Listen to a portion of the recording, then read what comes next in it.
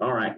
So dog and pony show aside, the way we do it, Mike and Dean, is we typically go like one at a time, but I was thinking for you guys, we could rapid fire. So what one does, then the other just kind of piggybacks off of it.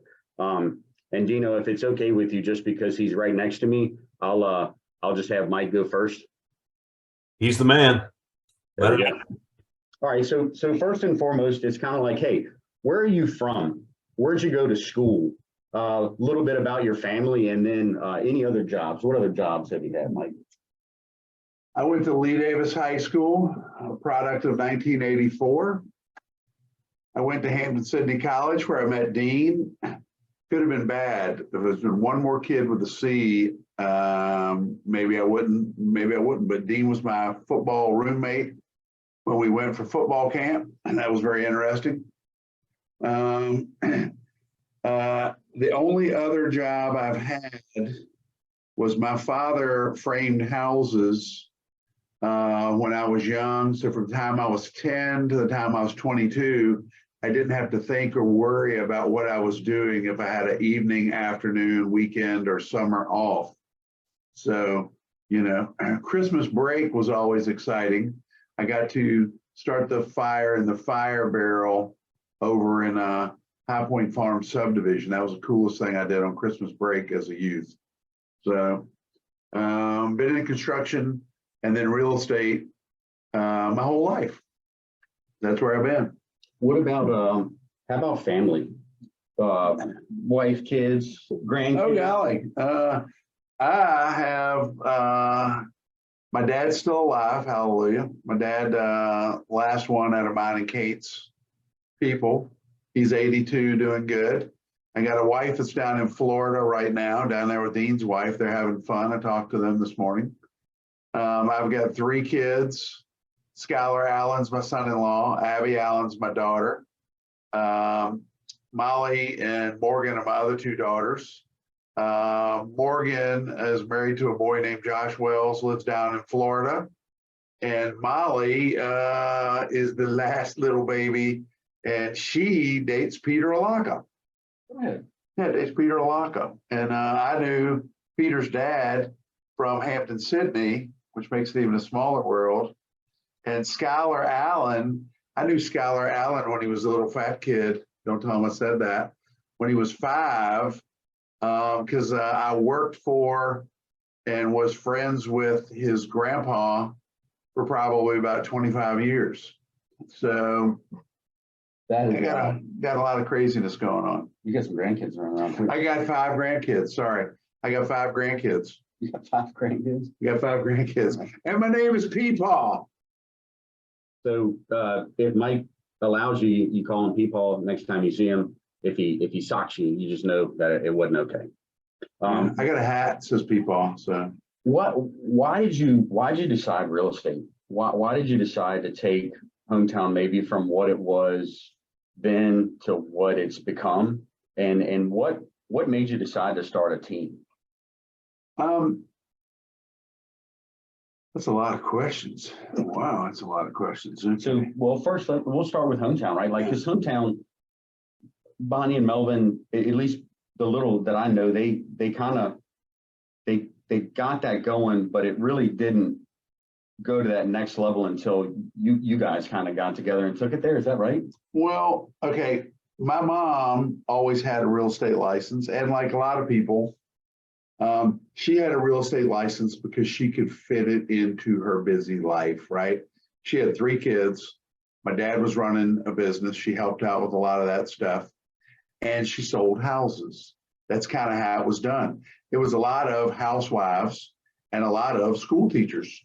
So back in the 70s and the 80s, it wasn't many people that showed up at the office and really did it.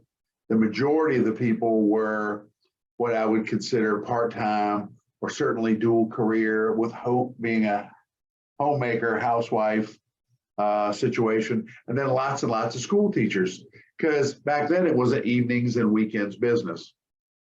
Now, when I was in college, my mother wanted me to be a banker. She thought being a banker was, it was big. She thought it was a big deal. She kind of liked the idea of a banker. Sounds important. And I interviewed with a couple banks. I was a management economics major.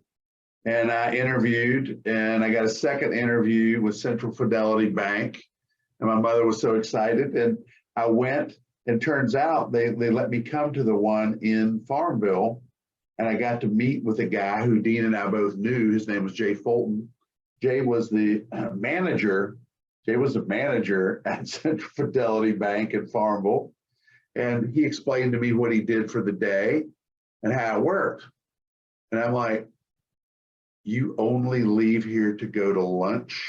You sit in a glass office and you only get to leave to go to lunch, and people stare at you through the glass and knock on your door all day. I'm like, holy crap, how much you make? So I've never been like a really super smart numbers person or math person, but I've always been good at really basic math. And I said, what's your tax rate?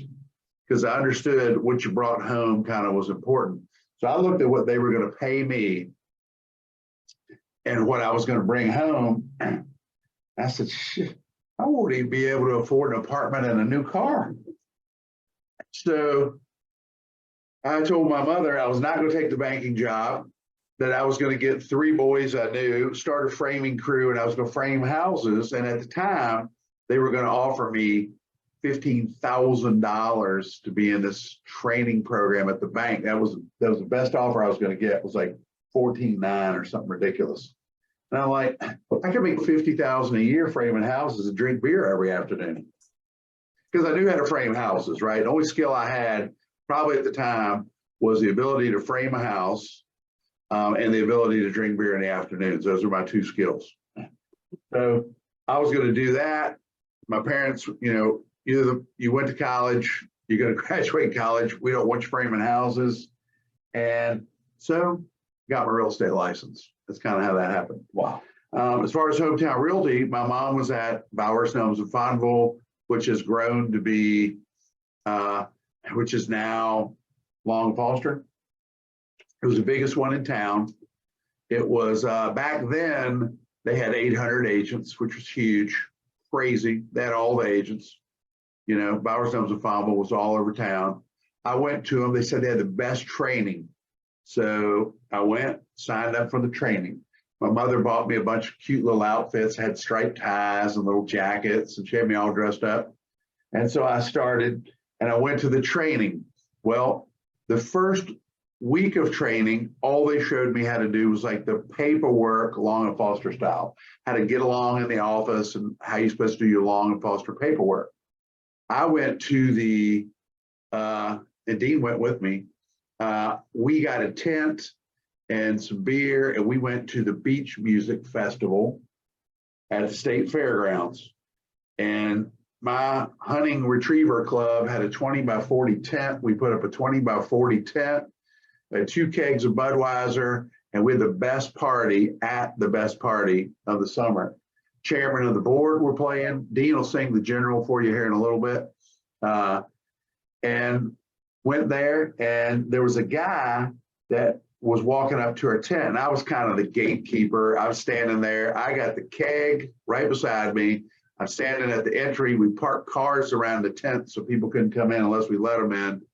And guy said, hey man, I'm about to melt. Can I just stand under your tent? I'm not trying to mooch any beer off you. I just want to come under your tent. I'm about to die. It's so hot. Very hairy guy, hot. He looked hot. Really hot. Nice guy. And I still know the guy. I still talk to him. I said, yeah, come on in. I said, hey, my name's Mike. I didn't know the just listed script because there was no such thing. Hey, my name's Mike. What's your name? Where do you live? Hey, yeah, where do you work? He told me. So I'm a realtor. I tell you what, I'm going to pour you a cold Budweiser here because you look like a pretty nice guy. And I need you to think of some people that might want to buy a house in Mechanicsville. Poured him a beer, handed it to him. The guy said, Mechanicsville? He goes, my wife's from Mechanicsville. I said, who's your wife? He said, Donna Harding. I said, I had a crush on Donna Harding from the time I was 5 until today. How did you get Donna Harding? She's beautiful. How'd you get her? Yeah. So I ended up, I go on a listing appointment.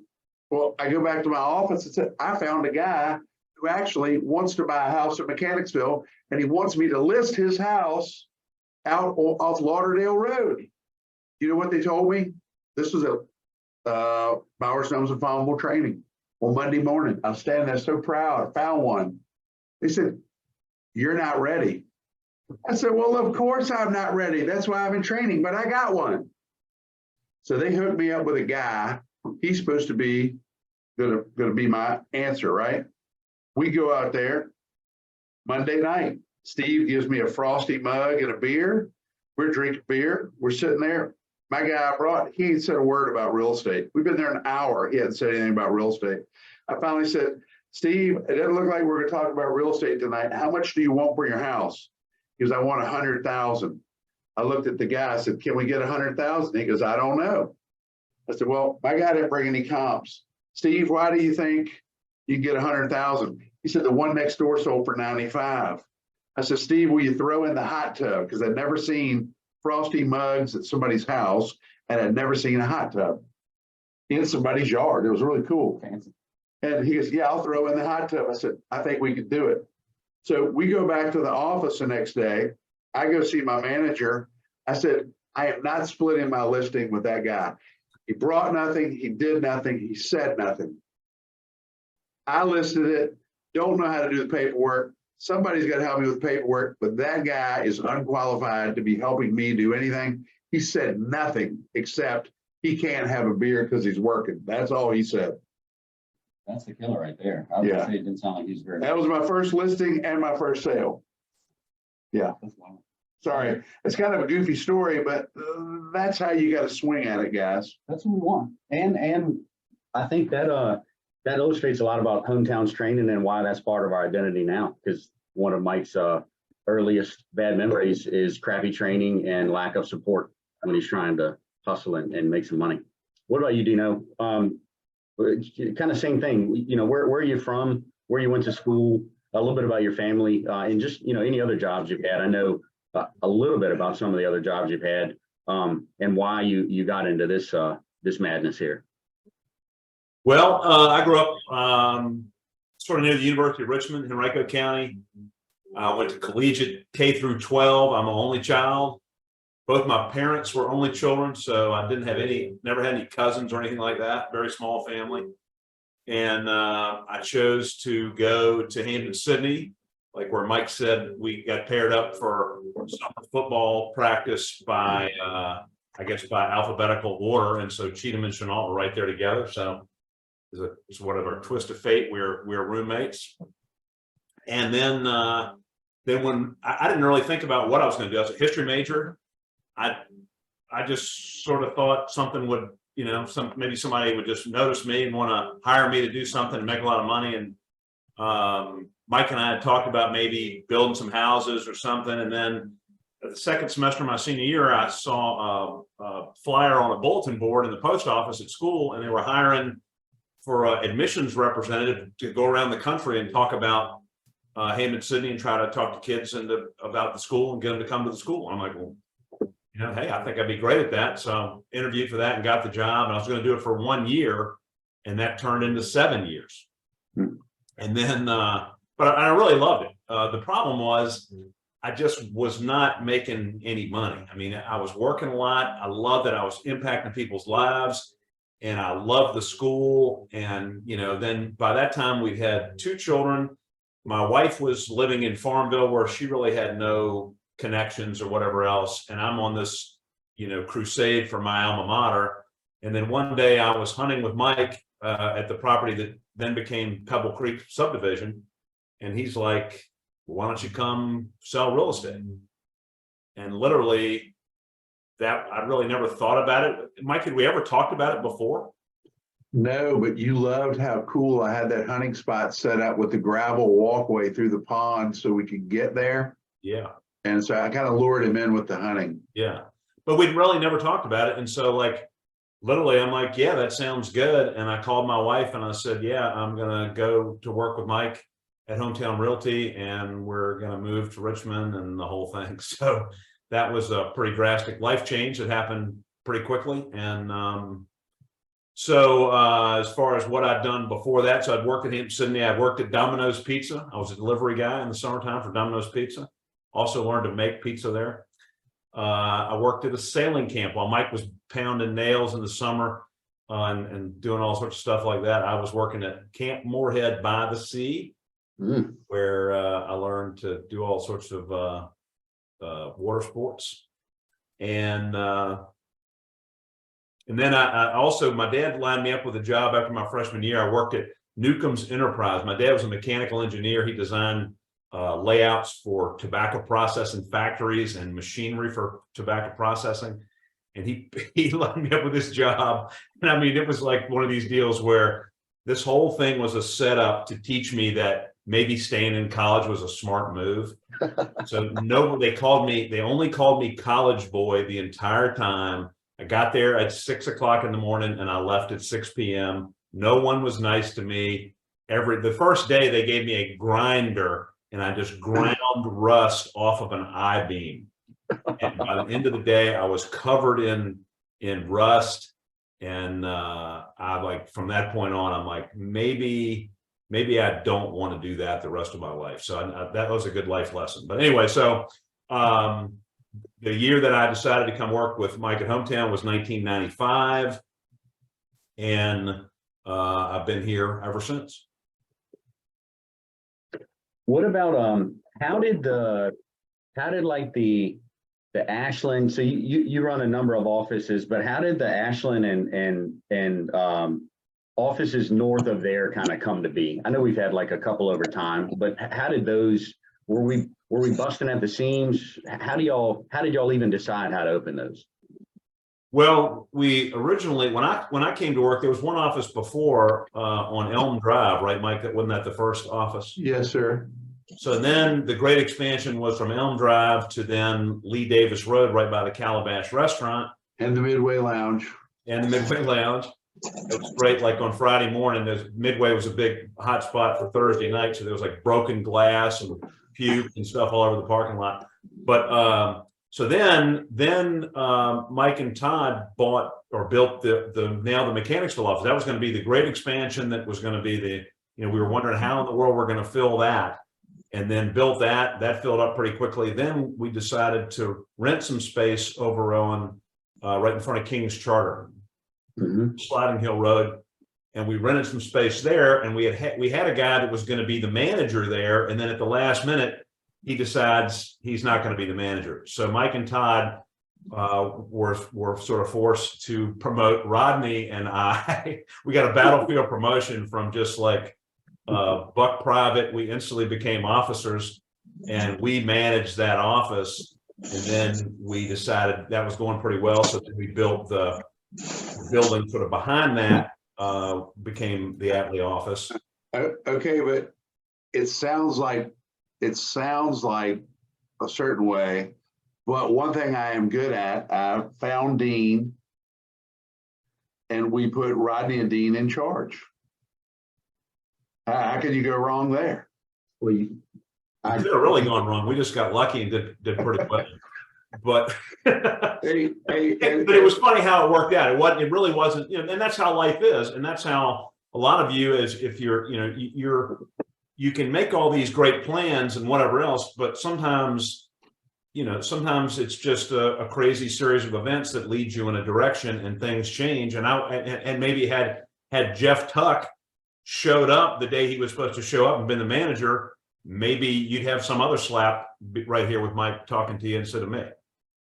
Maybe sometimes life throws a battlefield promotion at you and you got to take it, or you might not get another one. Yeah. That's how Tom Brady got there. Yeah. Well, and a ton of other stellar athletes. So then in that analogy, Dean is the greatest of all time. The GOAT. Yeah. Dean's a GOAT in my world. Dean's a GOAT. So then we rented some space over at Virginia Center and had that office going over there. We didn't rent some space. We rented 10,000 feet. Space. Then we opened the Ashland office and had that going a little bit, had somebody running that office. And then all of a sudden a thing came called the Great Real Estate Recession around 2007. And we were not exactly crushing it. The manager at Ashland left.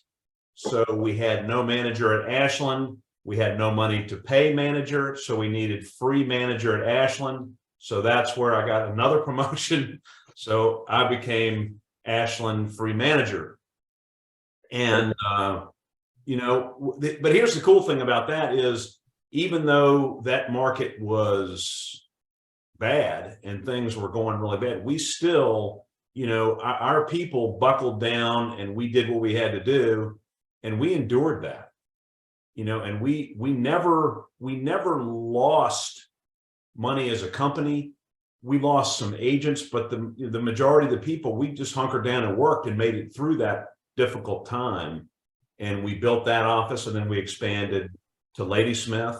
And then we met Jay Green, and Jay was working at Ladysmith, but we thought Jay was a great guy. He's from Fredericksburg, and then we opened that Fredericksburg office. So that's sort of how the evolution north happened.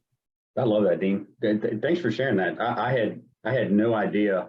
Some of that stuff I remember, like I remember Powerhouse at the top floor of Virginia Center, but I never even knew that Ashland had a manager before you guys came along. And as you were talking, I was thinking about the four of you guys, the four owners, that it's kind of cool because if you think about a square, it's got to have four equal sides, 4 points. And although none of y'all are exactly the same, this is just my opinion, together, y'all kind of have like everything covered. There's not a personality set or a set of skills that's not covered by somebody, which is rare, but pretty awesome. And definitely one of my favorite things about Hometown.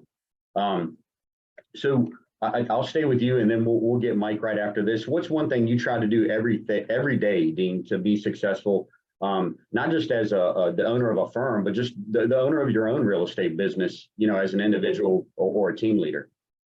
Yeah, I think things have evolved over the years as far as what I do every day. But I think from, you know, early on, you know, I was really fortunate because unlike Mike, I had great role models and mentors from the beginning. You know, when I got to Hometown, Mike had been in the business since '88. So he had 7 years of experience before I got there. And tell them about the high quality leads I used to give you. Well, that's a whole nother story. But anyway, me being able to get in there and like, so when I got my first appointment, which I got pretty quickly, well, I don't know what Mike wasn't there, but I got Rodney to come with me. Rodney been in the business for 3 or 4 years before I got in.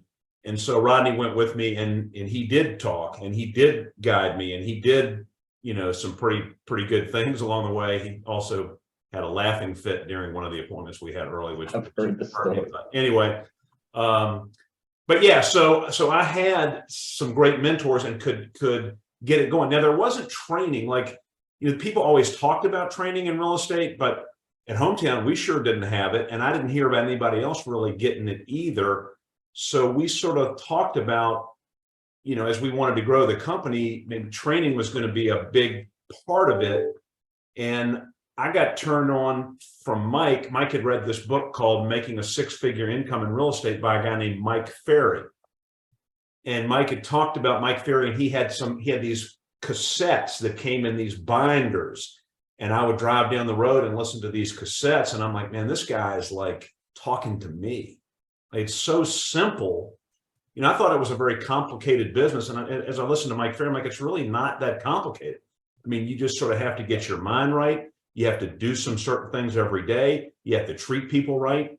And you know, and it can all fall into place. And so, you know, I found Mike Ferry, and then later on I found Brian Buffini. But to answer your question, so I guess overall, what I've always tried to do is start the day, you know, thinking about all the good things that I have and the opportunities that are out there. And I always sort of start it with the mindset that today is going to be the day. You know, today's going to be the day that the leads are going to come in. And I used to think about the golden egg, like today could be the day that I find the golden egg. And that what that did to me, and having that mindset, was puts everything else away. So many people that when you see them first thing in the morning, say, "How you doing?" "Oh, my back hurts and this and all that kind of crap." And I've always tried to have a positive attitude. I've always tried to have a smile on my face. And as I've become in more of a leadership role, I try to, set a good example, which also sets my mindset right. So I think I've always tried to position myself every day for success. It doesn't always work, but I've always tried to position myself mentally for success every day.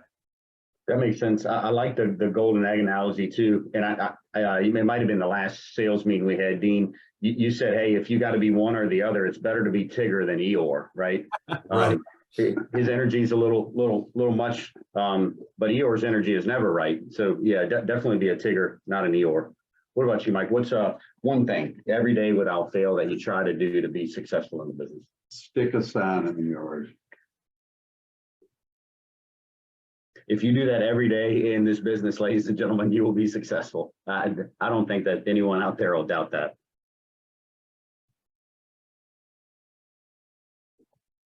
I'm not used to Mike giving short answers, so quite honestly, I feel awkward right now.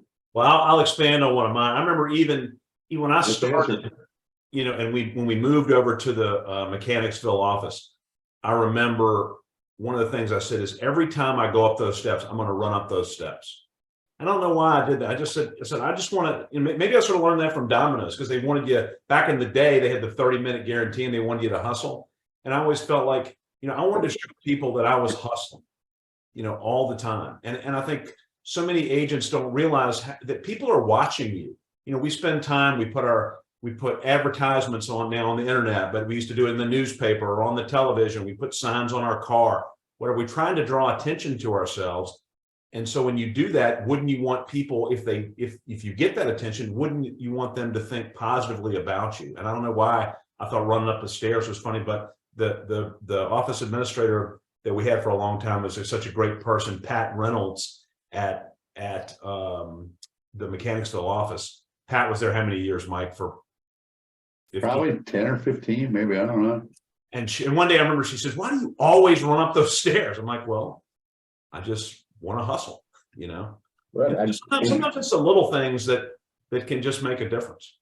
Well, there's nothing wrong with being a competitor, and nobody defines what we can be competitors at. We can stumble up the stairs or drag butt up the stairs, or we can run up the stairs. And if anything, that sounds to me like a mindset thing. Can't be bad. And you probably get in better shape doing it every day too. That's right. All right, so we'll stick with Mike here. What's one lesson that you've learned in real estate, Mike, the hard way?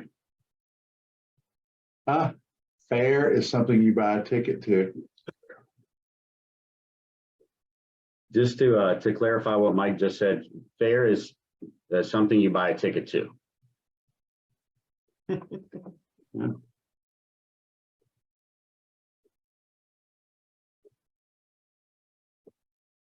So situations, issue on a deal, buyer can't do this, seller won't do this, this isn't fair, this isn't fair.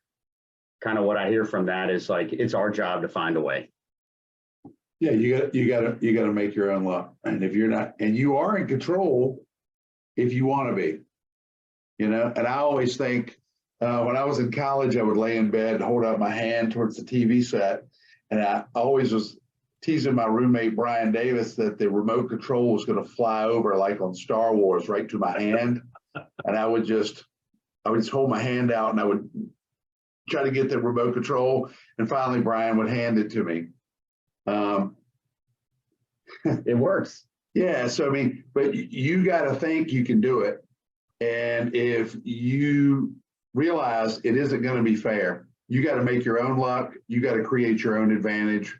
And if you don't understand it's a position game, and see, you got to be thinking while everybody else is sleeping, right? So you got to be ahead of them, because whoever is ahead, it's the first one there that wins. You don't get paid for second or third place. It's the first guy there, so you got to be first. Sound like Ricky Bobby. If you ain't first, you're last. First to last. But you got to be first. You got to beat them to it. And nothing is fair. As soon as you get that through your thick head, that it just ain't fair. You got to outwork people. And that's a strong message for right now. I don't watch the news much anymore, and I stay away from things that really don't serve me day to day, just because the drama will get a hold of me and I'll waste time. But I think right now, with so many people out there crying about what's not fair or what they're entitled to, that's really, really good advice. You make your own luck. You're in control if you want to be, and this is a position game. So position yourself ahead. It's pretty powerful. You can feel sorry for yourself or you can do something about it. Well, one thing there, especially today, Larry, is like when you're talking to all of your buyers and you're talking to all the people that want to sell, but they just are scared where to go, certain people will suck into, it's just so unfortunate that rates are so high. You're just stuck. It's this. And see, you're never going to list anything. You're never going to sell anything thinking like that. It's got to be, hey, this might be the best time the rest of your life to move. So do you want to stay in that 3-bedroom, 2-bath, 1,144 feet, or do you want to get 4 bedrooms and a 2-car garage? So it's up to you. Do you want to wait it out and see what happens? Or, hey, worst case is today. Let's do it. And if it gets better, you can always refi. But sitting there and waiting for it to get better, you may be there forever. Hope you like that backyard. It almost feels like the market is always something good and something not good. Yep. And the choice is, okay, do we focus on the some things that are not good, or do we ignore that and try to put that much more effort into the positive things that are always out there if we're just educated, trained and willing. Dina, what about you? What's one lesson that you've learned in real estate the hard way? I think, or really two. Let me have two. So one is, if you think of our sort of company motto, treat people the way you want to be treated. I mean, to me, that really hit home when I guess Mike and Bonnie sort of, proclaimed that to be our credo. And I think that's an awesome thing. And I think so many agents sort of forget the ethical side of things, and that's one of the good things about Hometown is we talk about that a lot and try to really get people to do that. And yet, no matter what you do, you got to realize, and just like Mike said, life's not fair. Even if you do the right thing, sometimes people are not going to do the right thing back for you, and you have to be able to get over that quickly. And so I guess the thing I've learned the hard way is if you don't have a short memory and you let your feelings get hurt by things like that, when people maybe aren't acting the right way they should, other agents or clients or whatever else, if you dwell on that, then that's gonna hold you back significantly. The second thing is, as soon as you think you're on top of the world, get ready to get your legs cut out from under you. And I think in today's real estate world, you have so many talented people getting involved in this. There's so much information, so much coaching that the level of the best agents is becoming greater and greater. I think maybe the bottom half of the agents are maybe worse than they've ever been, but the top is getting better and better. So if you feel like you can just rest on your laurels and accept the status quo, be ready to fall behind. And so you have to continue to be improving and just adapting the new technology, adapting the new ways of doing business, and improving yourself, or else you're going to be in trouble. So you mean if you can't run your computer very good, you have to come see Larry to do this? That's a problem? Maybe so. Or you hire some. Highlight of my day so far. We're good, baby. We're hire good. Larry, the Zoom specialist. Yeah. I'm super tech savvy. I don't have any marketing staff or anything like that. I do it all myself. I wrote down two things. I'm a Ted Lasso fan, so I wrote for the first thing, get over things quickly. Ted Lasso says, be like a goldfish. Think like a goldfish. Goldfish has a 10-second memory. Let it go, right? And then I don't know why, but I wrote down snipers and bumblebees. Right now, the top, they're snipers. They are specified. They're locked in on targets. At the bottom, they're bumblebees. They're just latching on to a little idea or a cool gimmick that they saw on, whatever program it's on. and kind of buzzing from flower to flower, but not really, doing anything serious. So be a sniper, not a bumblebee. Let's flip the script there. What's the, Hey, Larry. what's the fun? Let me add one thing to that. So I remember this book that I read was something Mike Ferry gave us. It was called U Squared. It was really not even a book. It was more like a pamphlet. So I was attracted to it because it reminded me of Cliff's Notes. And there was a story, an analogy that he gave about, like, if you look at the windowsill, a lot of times there's dead flies at the bottom of the windowsill. You ever see that, And it's almost like so many of the people are sitting there, the agents are sitting there, they can see the light, but they're going at the window, they're bzz, bzz, bzz, they just keep hitting the window, doing the same thing, and they're hitting, and then they finally just die and drop out. Where if they really try to step back and accept some new ideas and really take, try to have a new plan and evolve, they could see that the door is open over here and just fly right out that way. But instead, just bzz, bzz, bzz, bzz, bzz. So that's sort of reminded me when you said the bumblebee thing. I think that's going on a lot in today. I'll definitely be using that one, Dino. I wrote down gnats on the windowsill. There's a door open right around the corner. Like, if you turn your head and are willing to do something different, all you have to do is fly out. And instead, the alternative is smashing your head every day and eventually dying at the windowsill. That's strong. That is definitely. And I learned all that from Mike. Like, so when I get in the business, no one has an assistant. Guess who gets an assistant? Mike. Mike already had an assistant. But in 1995, Mike had an assistant working for him for several years, right, Mike? That's because I read my second book in 93.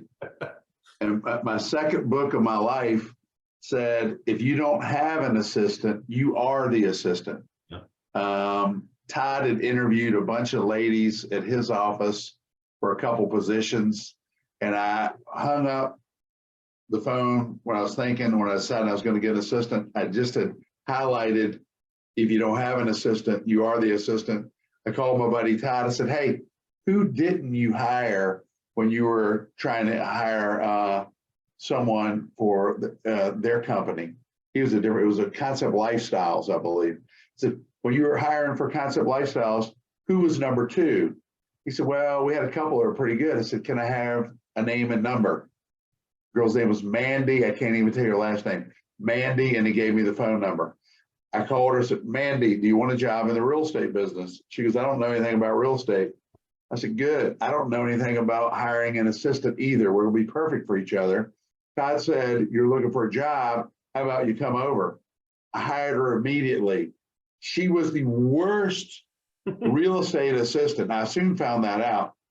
She was the worst real estate assistant in the world because she wasn't organized. She couldn't type. She didn't know anything about numbers. Couldn't get on time. Car always broke down. But my production went from 61,000 to like 128,000 in 12 months. And I came to coin a phrase, bad help is better than no help. So in this world, if you don't have people helping you, it ain't going to work. Now, Mandy didn't last but about a year. She quit. She took a better paying job. She got a better job and quit. I hired the next one, and I knew what I wanted. I needed somebody organized. Filing was big. Being able to type was big. And more importantly, can you show up before 9 in the morning? That was huge. So then I realized showing up and trying hard was really, really important. And I feel like for realtors, if you want to make $100,000, learn one skill and show up and try hard. So if you want to make $100,000, all you got to do is show up and try hard with one skill, but you got to try hard. And that means try a lot. And then if you want to make more money, you got to add a second skill. And you'll make more money, you got to add another skill. But if you show up and try hard, you can make 100,000, and that's always been the rule. Yeah, show up and try hard will build the foundation for sure. I mean, nobody knows what kind of house you'll build on it after that, but at the same time, you'll have something to build on. And then it's funny with both of you guys being hunters like you are, it's not surprising that you guys had to hire some skinners, because I think we forget in real estate, right? Like our job primarily is to be out there hunting. We need to, I know this is a raw analogy, but we need to be out there finding meat to bring back in, possibly for other people to skin, so that we can still be out there doing, what we're the best at. What's Mike, what's the funniest or craziest thing that comes to mind in the real estate realm? The funniest or crazy. I guess the part that amazed me, the people that made the most money, I never thought were the smartest ones. See, in a lot of professions and a lot of things, you think the smart one is the winner. Well, and this is kind of why I got attracted to it. It is not the smart one that wins in real estate. It's the most determined one wins. It's just about, that's the biggest difference. And that's why I got in, was if I had gone to law school, one, it would have been impossible for me to go to law school because after my first semester, I kind of ruled that out. But if I'd have gotten in law school, everybody would have been smart. And if I'd have gotten in medical school, everybody would have been smart. And engineering, I kind of had a math brain. And maybe I just didn't understand much of that, but the math part, maybe I could have done it, but everybody would have been smart. Now, if I had to race against world-class athletes every day, I wouldn't win many races. But if I could pull up at Hardee's and race a bunch of fat boys that just had a big deluxe and a large fry, I could probably win some races, okay? So I got in the real estate business because it was the weakest competition. All my friends in Hampton-Sydney got into something more competitive than I got in. I knew all the realtors. I'd seen them my whole life. I'm like, nobody tries hard. I could simply outwork these people. I love that. And literally, I used to joke to the office in 1995, my secret weapon, and I would bring it in all wrapped up every year, and it'd be a box about that big. And I said, I'm going to bring in my secret weapon on the sales meeting on Tuesday, and I'm going to let you know my secret to selling 100 houses a year. And I would open it, and everybody thought, ooh, what's, the people that had been there already knew how stupid it was. I would reach in the box, and I would pull out a phone that had digital buttons. It looked like a rotary phone, but it actually had buttons. It was very advanced equipment for 1995. Was that a phone that had buttons on it? And that was my secret weapon. Because it dialed. Yeah. Yeah, all I did was call people. It's still a secret weapon, by the way, everybody. Still a secret weapon. Yeah. What about you, Dino? What's funniest or craziest thing that has happened to you on this journey? It's like a funny story. Is that what you want to hear? Yeah, so fortunately, unfortunately, depending on your perspective, a lot of the stories have required people being in minimal clothing during showings, things included during negotiations, and a few party stories. Yeah, I got all that, but let's go with a different one. I was going on an appointment, and it was on Patterson Avenue. I can't remember the exact thing, but somewhere like in the 8,000 block of Patterson Avenue, and it was whatever it was. What is this, daylight savings time now? Is that what this is now? So it's the time, whatever it is, regular time. So it was like dark at like 6, 5 o'clock, 5:15. It's getting dark. So the appointment's at like 6. So it's pretty good and dark. It's raining, hard to see. And I'm going up and down Patterson. Nobody's got the house number or whatever.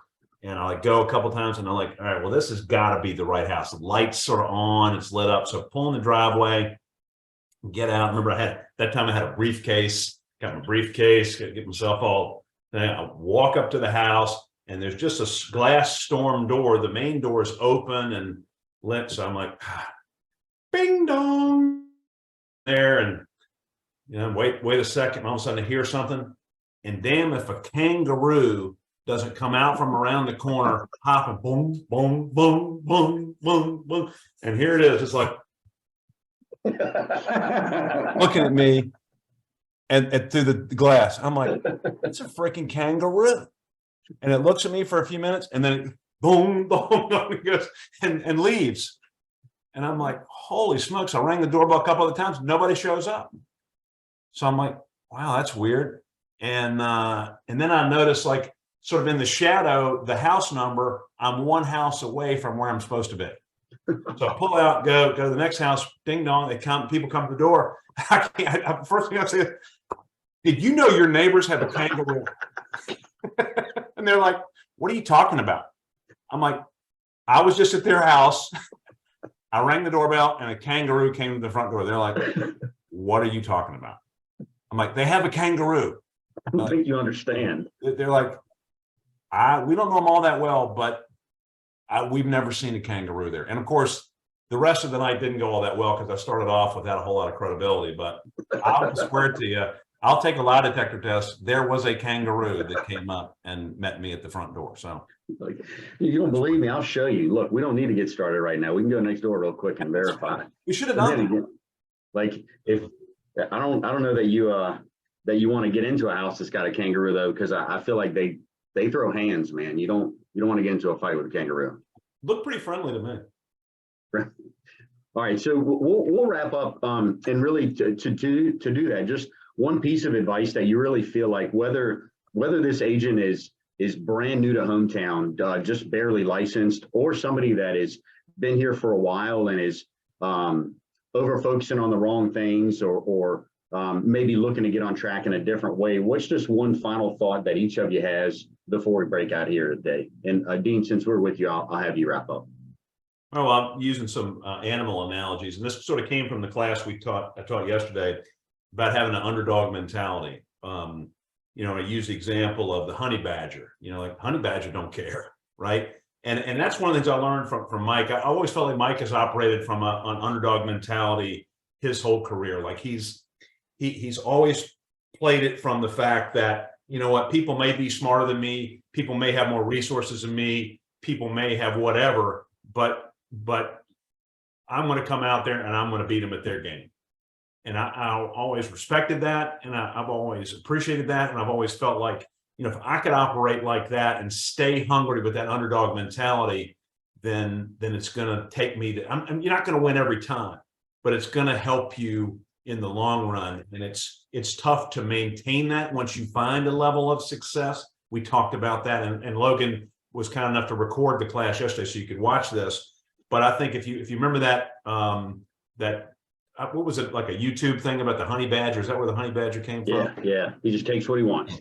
Yeah, he takes what he wants. He gets it done. He's not worried about whether it's, you know, the other animal is bigger or whatever. He just goes for it, you know? And so I would say for advice for me is that's the attitude. There's always going to be somebody who's got more experience. There's always going to be somebody who's got a fancier car or a prettier listing presentation. Don't worry about that. You know, be like honey badger Mike Chenault and just get after and get in there and go get it. And you can see what's happened for him, and you know what's happened for me too. So there's my advice. Strong. That's strong. Well, sadly, I probably more resemble Winnie the Pooh than a honey badger. But take your swings. They're free. See, the part that I got that I'm like, there's no way I can't do this business, right? I think you can put me anywhere on the globe and I could be a pretty good realtor, because if you take your swings when nobody else is swinging very much, you're going to win. It's the law of averages. And see, numbers don't lie. Everybody's scared of numbers. They don't talk about it, but the numbers don't lie. And let's pretend that Jack Chenault is going to get 2 out of every 10 people to adore him and do a deal with him. Wow, he's 200%, right? 20% of the time, they're going to love him. Okay, let's pretend Jeff Henderson is only 10%. You know, 1 out of 10 people are going to like him. Okay, 1 out of 10 people are going to close with him. Well, all he's got to do is do 3 times the number of swings, and he's going to beat Jack. And see, it's not like professional sports. It's not like being a doctor. It's not like being a lawyer. You can take as many swings as you want. And see, for me, I'm not even smart enough how to redo my phone here. That's my alarm clock. That's actually my phone call. High commodity. All right. Swing, swing, swing. Take your shot, take your shot, take your shot. And everybody puts that stupid thing that Wayne Gretzky said, you miss every shot you don't take. See, I see it all the time. I see it on people's wall. Usually I see it on people's walls that don't try very hard. I guess they're trying to convince themselves. Take your shot and see, I have just, all I've done is just, I've taken more shots than anybody I know. I take shots. When I'm screwing around in Florida, goofing around down there, my phone rings, I'm taking a shot. Guy called me last week, told me about a little problem. I listened to his problem. I said, hey, well, you got a problem, and I have a problem. Do you know anybody that wants to sell a house? Because we don't have enough inventory. It was totally random. He was telling me about some BS problem he had that had nothing to do with anything with real estate. And so I got a problem too. So you got to bring it on back to you. I have a problem too. I can't list any houses. There's not enough houses. Do you know anybody that wants to sell their house? No. Thanks for thinking about it. If you hear somebody, let me know. 45 minutes later, I get another phone call that sounds like an alarm clock because that's what my alarm is set on somehow. It's a guy, and he says, my sister wants you to come meet him.